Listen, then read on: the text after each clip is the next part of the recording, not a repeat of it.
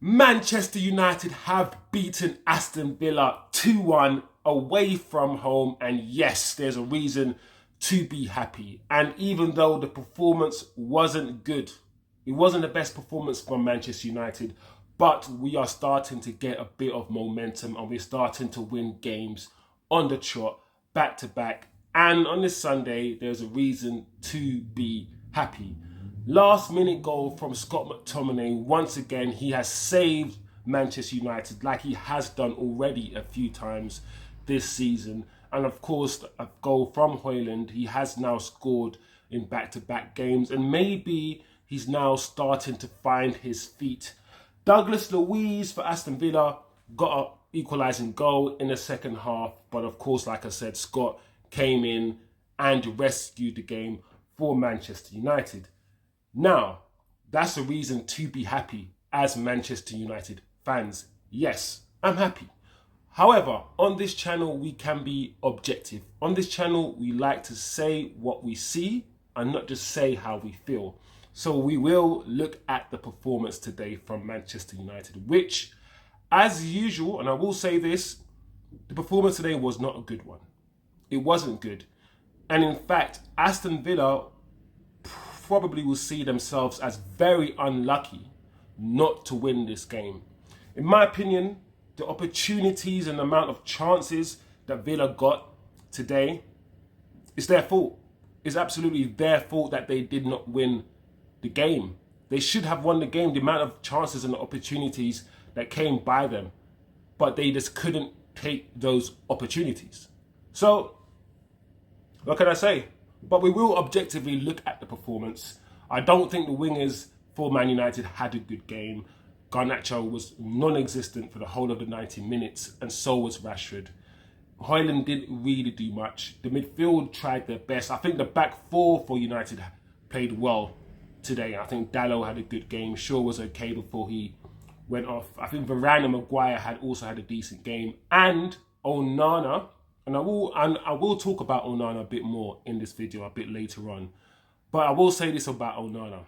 We need to stop the Onana hate and stop trying to give him the Pogba treatment. Onana had a good game today. He didn't really do much wrong. And in fact, he made a few really, really good saves today. And it seems as if confirmation bias is kicking in where people are not saying when he's having a good game. People don't want to talk about how good he's played or if he's made a good save. They just want to wait until he makes a mistake. And once he makes a mistake, that's confirmation that he's not good. So you verbalize the fact that he's made a mistake, and then you just get confirmation bias kicking in. Listen, this Onana hate, if we're not careful, he'll become almost a new Pogba figure, where he can't do anything right. When he has a good game, it will be, that's what I expect from him. I expect the least. And when he does have a bad game, you will not hear the end of it. So he can't do anything right. He's boxed in. I call it the Pogba phenomenon, when you're just boxed in as a player, as a person. When you do something right, it is, well, I expect him to do that every game. That's the minimum I expect from him. And when you do something wrong, they won't stop hitting you over the head. That's the Pogba treatment. And I feel like Onana is creeping into that category where people are going to hate him no matter how well he plays as a goalkeeper. And that is not fair. And that is why on this channel, like I said before, we are going to do things a bit more objective. Yeah? We're going to say what we see rather than just how we feel. So, there's a lot to talk about today. I'm on one today. I have a lot to get off my chest. So before...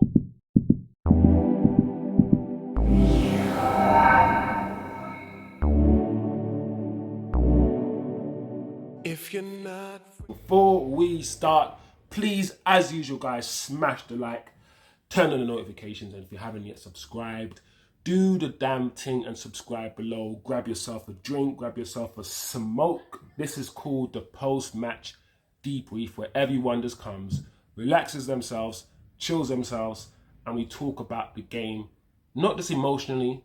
We try to be as objective as possible, and as usual, I say this, but we're all biased. All of us, even me. So as much as I say I want to be unbiased and see things objectively, of course my bias will creep in. But at least I try. At least I try not to be biased. So here we go. Let's talk about the game. So from my perspective, I expected the starting lineup that I saw. You know, I think he's made it clear that his front three is Garnacho, Hojlund and Rashford. I don't know how he feels about his £100 million man, Anthony. Sancho's not around. And I'll start the video by saying this, and I think I say this every week, and I'll maintain this.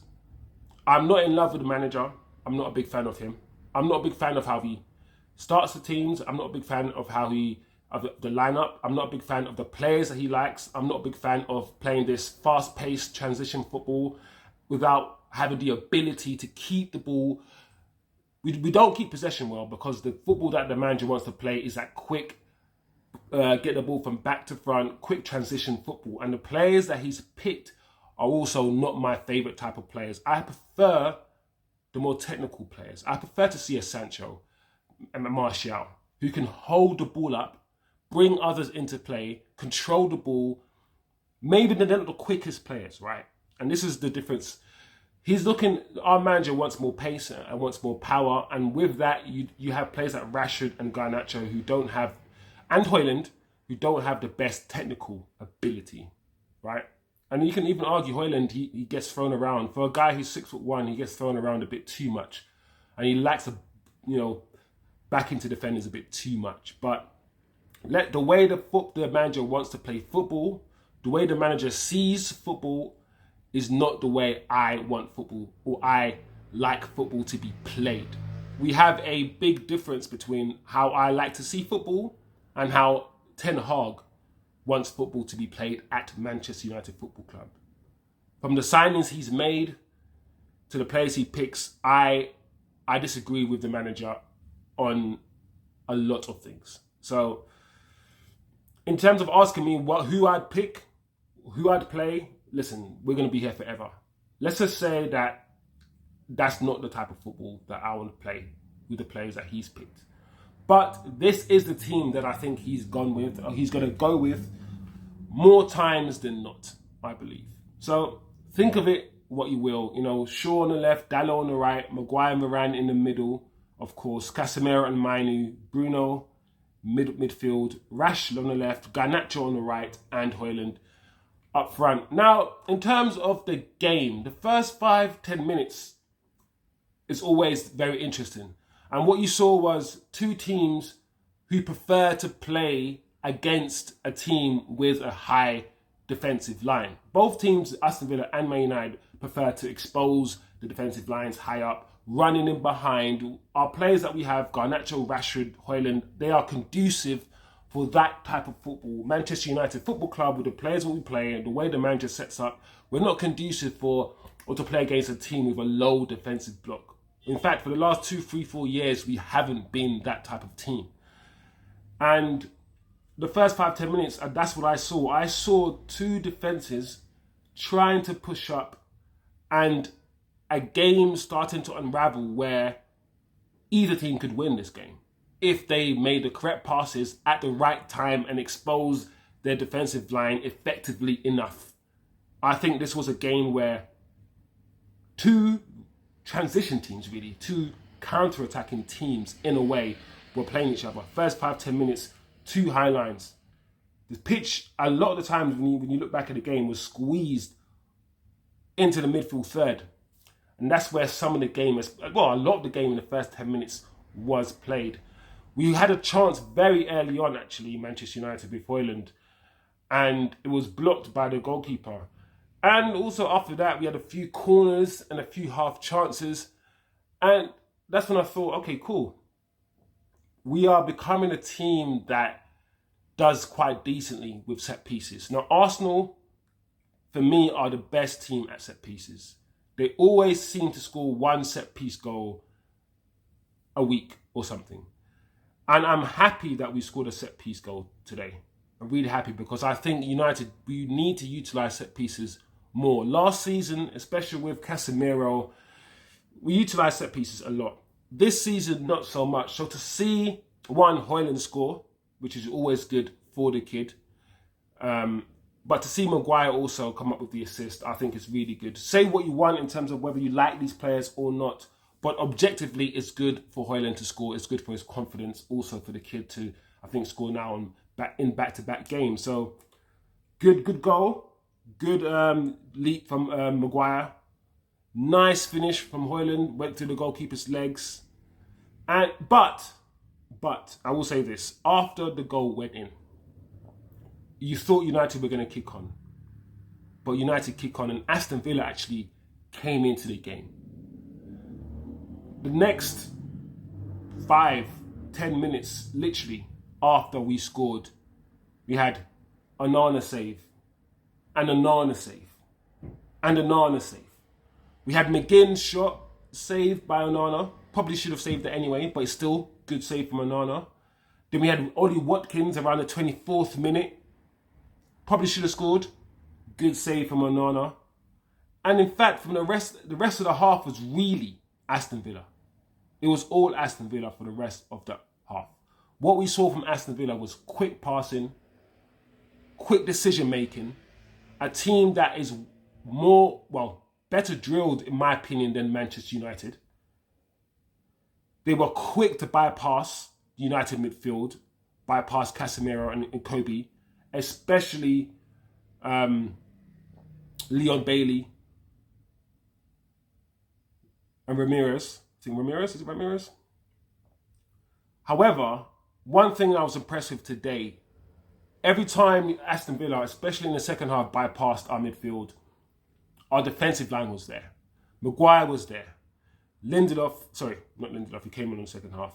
Varane was there. Dalot was there. Shaw was there. And our defensive line, even though we pushed up when we tried to, attack, we're getting better at racing back. We're getting better at covering the ground. We're getting a lot better at noticing when something is about to happen that is bad, smelling danger, and getting back into our positions. We weren't very good at that in the start of the season.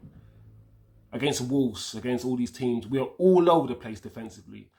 Now we are a lot better at just racing back and getting back. So our defensive line was always there, and that's where they never could get through our defensive line. And that was really good from a United point of view. But what was not good from a United point of view is the fact that we struggle to keep the ball as we always do. We struggle to rotate the ball because we are set up to transition, because Garnacho just wants to just run and attack and go forward. And to be honest, that has been the United way, just to attack. That type of football might have been good or might have won you the league 15 years ago.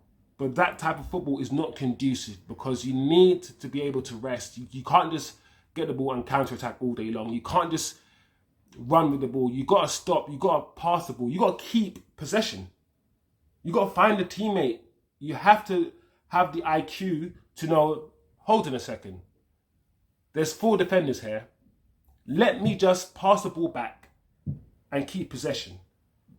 There's no appreciation of space in this United team, and it's all the manager. And for me, Villa should feel hard done by. Their performance, and especially the performance in the second half. And we're going to talk about the second half now, of course. Shaw came off for Lindelof. I don't know why. Shaw's been injured. Shaw's a weird one. I will say this about Shaw. I don't think I've seen Shaw have one good season, one full season at United, or one good full season at United. He's had a good month or two, then trailed off. Had another good month or two, then trailed off. Then got injured for the rest of the season. And he's injured almost all the time. And I never hear anybody say, Luke Shaw should be sold. Luke Shaw shouldn't play. Luke Shaw's always... I never hear anyone complain, but when it's Martial, I hear everybody complain. And for me, they're exactly the same. In fact, you could argue Martial as an attacker has done more.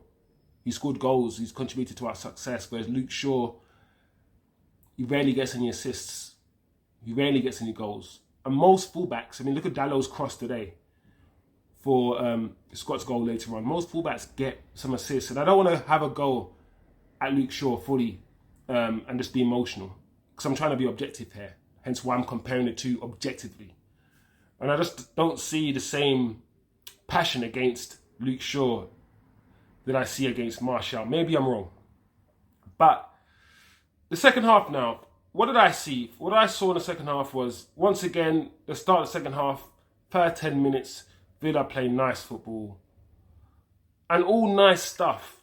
All precise movements. Bailey, McGinn and all these players, Ramsey, playing nice football up until they get to the United box and the defenders crowd them out, swamp them, swarm them.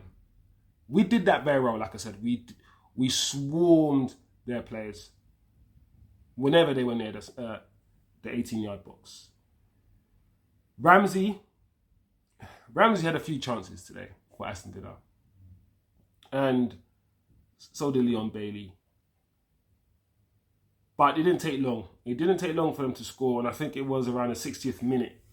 I think around the 60th minute is when they scored. And to be honest, as a United fan, you can't say anything. You got to hold your hand up and say, Villa deserved the goal they scored. It was a good goal, actually. It was a decent goal.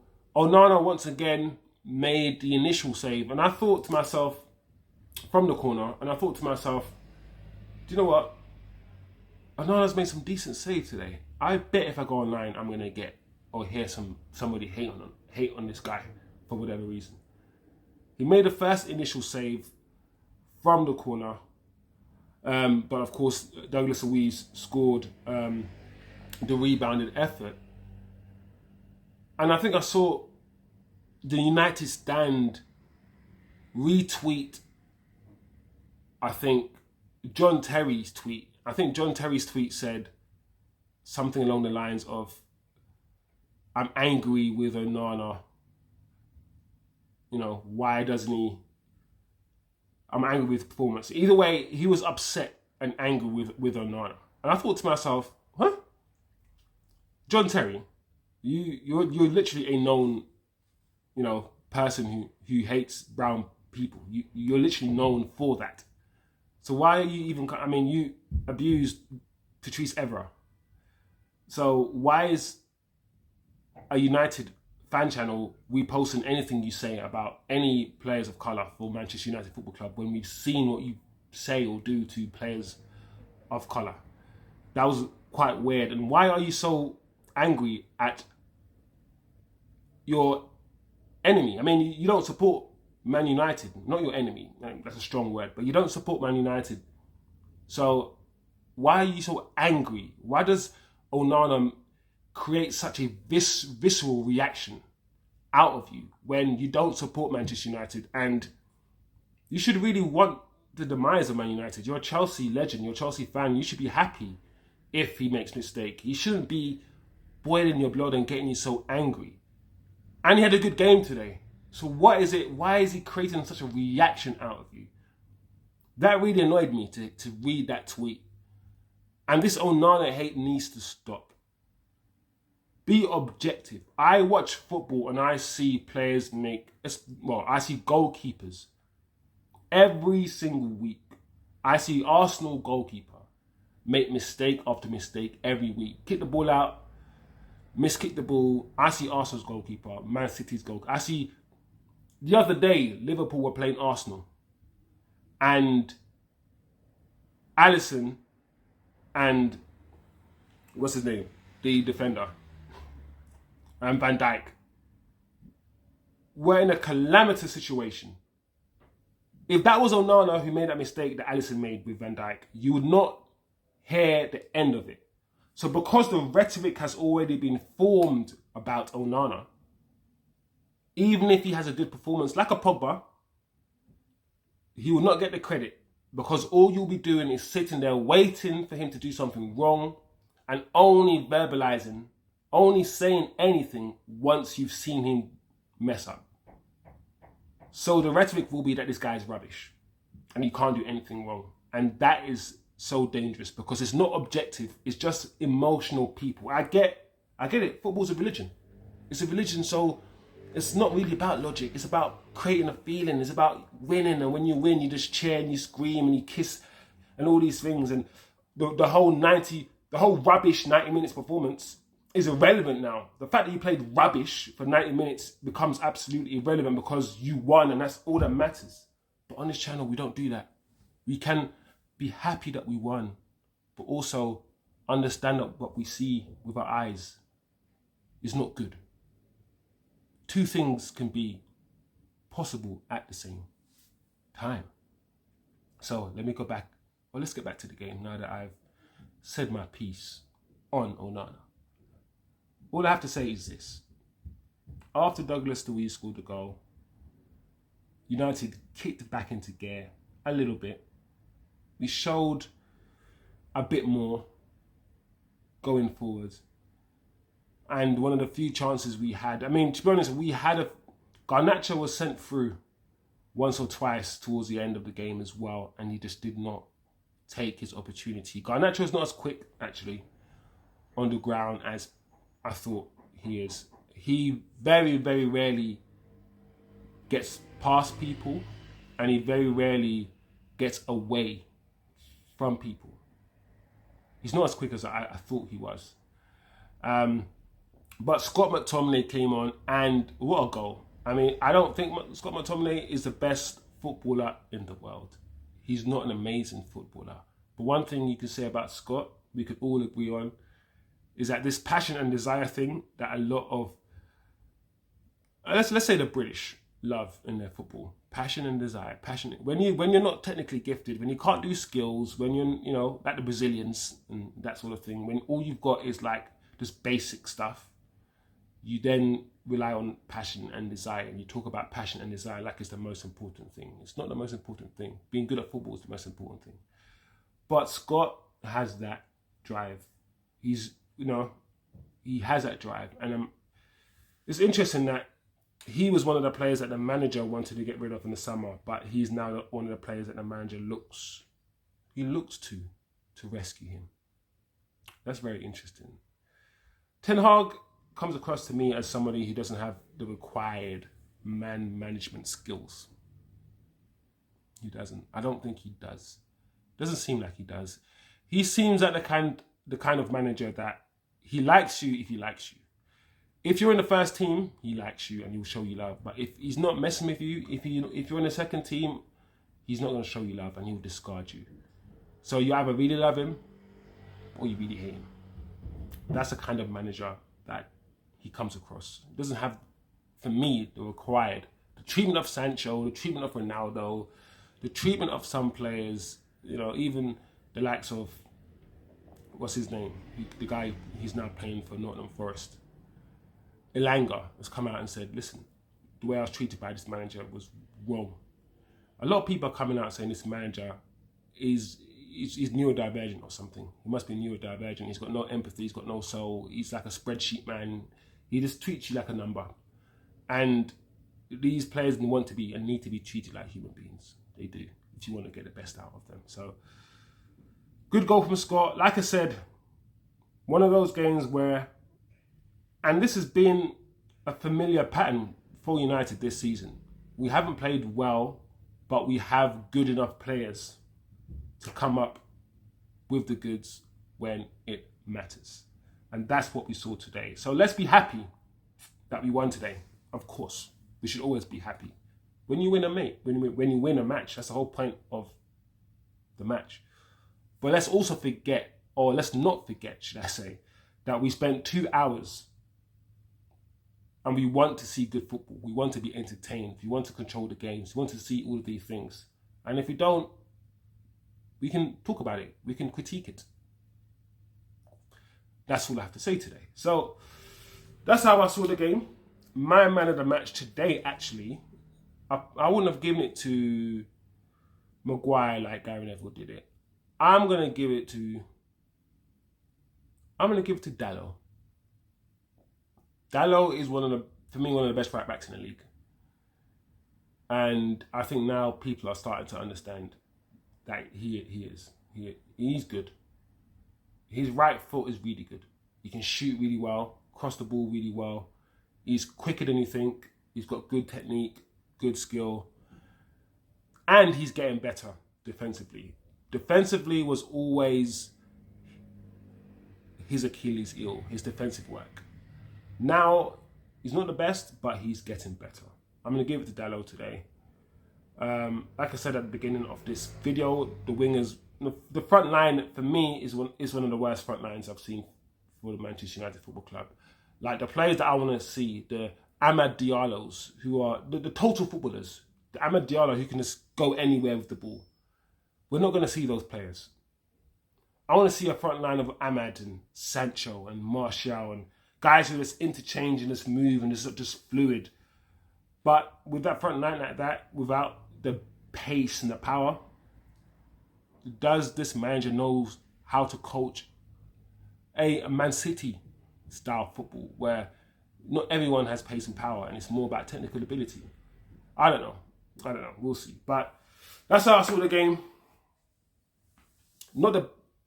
I was going to say not the best game to watch from a Manchester United standpoint in terms of how the control of the game, you know, the goals scored, the chances that United had, which we didn't really create that many chances. But from a neutral, I think it was a decent game to watch. Aston Villa are a top 6 side, and I don't think the quality of the Premier League is that high this year. No. What do you think about that? What do you guys think about the quality of the Premier League this year? I haven't actually had much thought about it, so I'm not going to say anything until I gather my thoughts. But what do you guys think about it? What do you guys think about what I said? What do you guys think about the game? Who was your man in the match? Let me know. Give me some food for thought. I've given you food for thought. Let me know what you guys thought. Yeah, onwards and upwards. I will see you guys again next video. I'm not quite sure when the next game is. I think it might be... Is it midweek or is it next weekend? I don't know. But I'll definitely see you guys again next game. Like I said, hopefully we'll get some watch-alongs up and running soon. So yeah, if you're good one. not Peace out. ready.